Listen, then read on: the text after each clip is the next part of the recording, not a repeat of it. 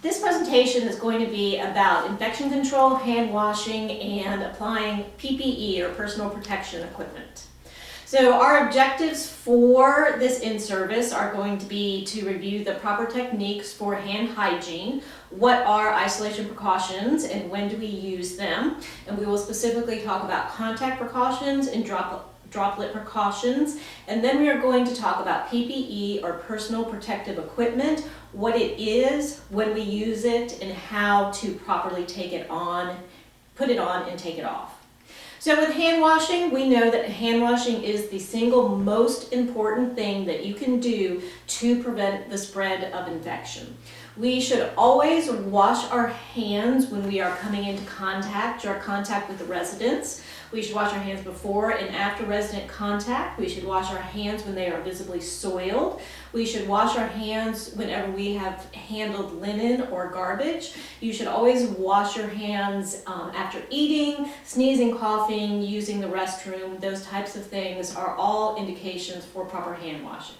Also, make sure that you are always washing your hands after removing gloves.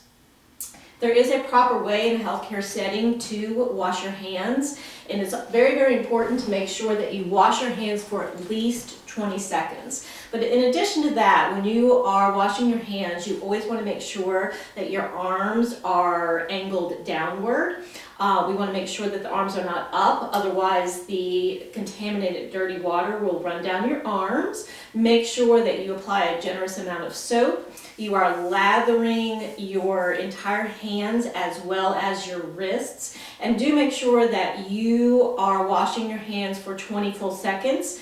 During that 20 seconds, you can clean your fingernails just by rubbing them on your palms. Always make sure that you rinse thoroughly all surfaces of your hands as well as your wrists. And then it's very important to make sure that you get a clean dry paper towel to dry your hands. Let the water run. Get another clean dry paper towel to turn off the faucet. You do not want to turn off the faucet with your bare hands because then you will have recontaminated yourself. So always make sure that you are doing proper hand hygiene while you are in the healthcare setting.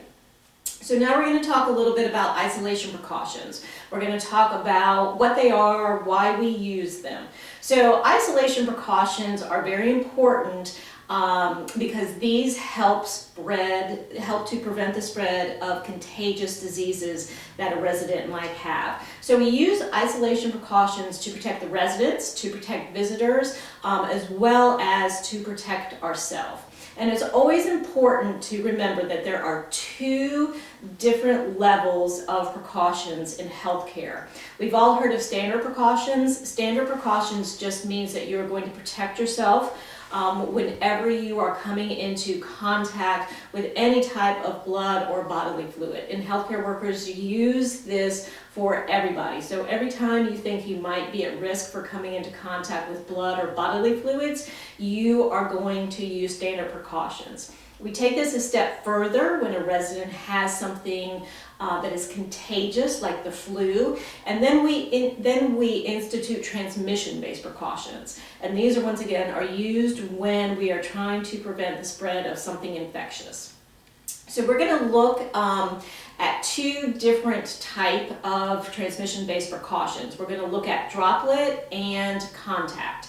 So remember, once again, standard precautions are used with everybody. When the resident has something that's contagious and can be easily spread, we're going to institute transmission-based precautions. So the first one that we are going to look at are droplet precautions. And we use droplet precautions when a resident has something, for example, like the flu, that can be spread by droplets. So if you are in close proximity to somebody who has the flu, for example, and those droplets can be spread by sneezing or talking or laughing, we need to protect ourselves.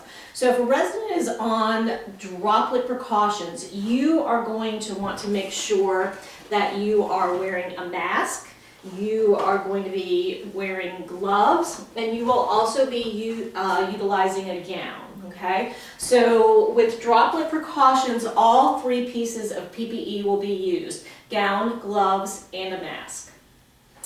The next one that we're going to talk about is contact precautions. Contact precautions are a little bit different than droplet precautions. With contact precautions, these are infections that can be picked up from touching things in the residence environment. And C. diff diarrhea is a common example of something that can be transmitted via contact. So if a resident is on contact precautions, you want to make sure that you protect yourself with a pair of gloves and a gown. The mask is not necessary. And the way that you will know whether your resident is on contact or droplet precautions is because there will be a card that will be placed on the resident's door, and it will say contact precautions or it will say droplet precautions. And then you will know what pieces of PPE you will need to put on before you enter that resident's room.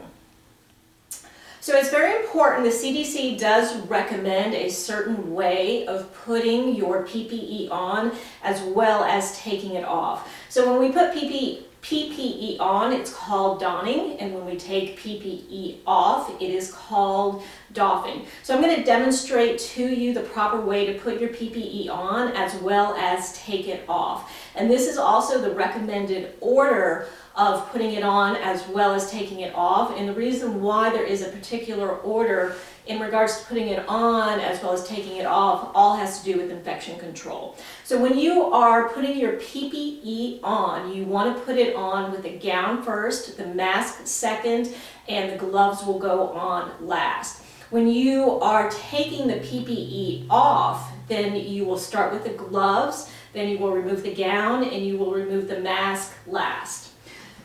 So the first thing we're going to do is put on the mask, put on the gown. So when you put the gown on, you want to make sure that you tie it in a bow behind your head. You want to make sure that you tie it in a bow and not a knot, because if it's tied in a knot, you will have to pull and yank on it when you take it off, and that can disperse more germs into the environment. So we want to tie it into a nice bow behind our head. Then you want to make sure that you tie it at your waist, and you want to make sure that you're completely covered in the back to protect your clothing.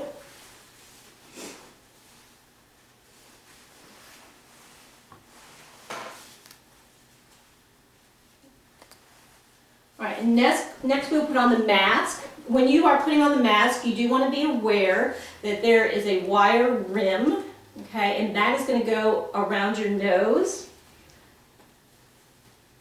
And you want to give that a nice little pinch so that it's nice and tight. And then the last piece that you're going to put on will be the gloves.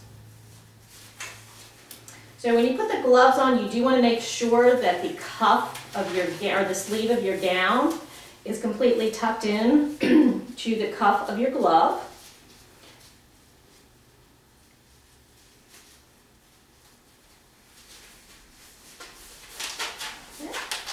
So now you are ready to enter the resident's room. It is important to remember that you always put PPE on when out in the hallway. You never, ever, ever will enter the room and then put the PPE on. So I will have been outside of the resident's room when I put all my PPE on. So once you enter the resident's room, you have done the care that you need to do, and it's time to exit the room. You will remove your PPE and you will place it in a red biohazard trash can.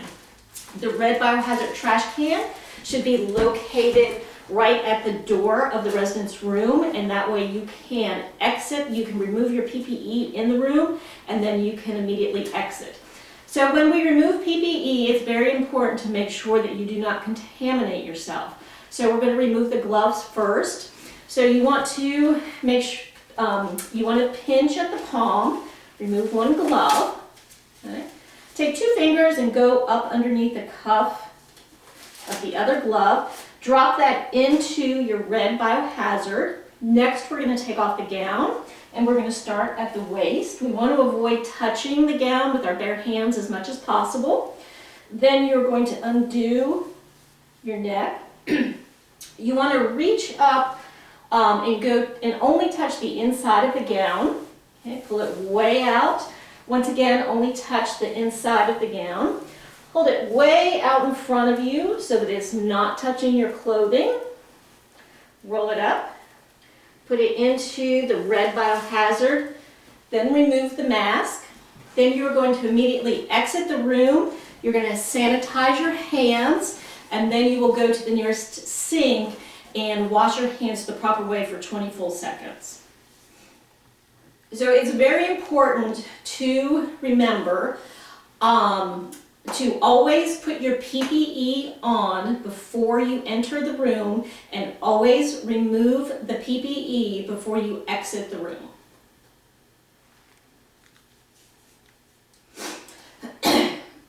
Every person who enters the residence room needs to put on the personal protective equipment. It does not matter what your job description is. It does not matter whether you're a nurse, a CNA, whether you're a housekeeper, dietary. If you cross the threshold of the residence room and the resident is on transmission-based precautions, then you need to wear the PPE. There are no exceptions to this. If you enter the residence room, the resident is on transmission-based precautions, then you need to use your PPE. And once again, remember, PPE is always put on in the hallway outside of the residence room, and then it is always removed inside of the residence room. You do not ever want to step out into the hallway with contaminated PPE on. The next thing that we want to talk a little bit about is equipment. If you have any equipment that you are taking into the room, you want to make sure that that gets wiped off when you exit the room. Now, we try to have dedicated equipment for residents when they are on isolation precautions. So in the isolation cart that will be located outside of the resident's room, there will be some dedicated equipment for that resident, things like stethoscopes and blood pressure cuffs. But when you do have items that cannot be dedicated solely to that resident, always make sure that you clean your equipment off. All equipment should be cleaned off in between resident uses. But there will be specified wipes on the isolation cart that can be used to clean any kind of equipment that may need to come out of that isolation room. The other thing that is very important that we want to make sure that we properly handle is our linen.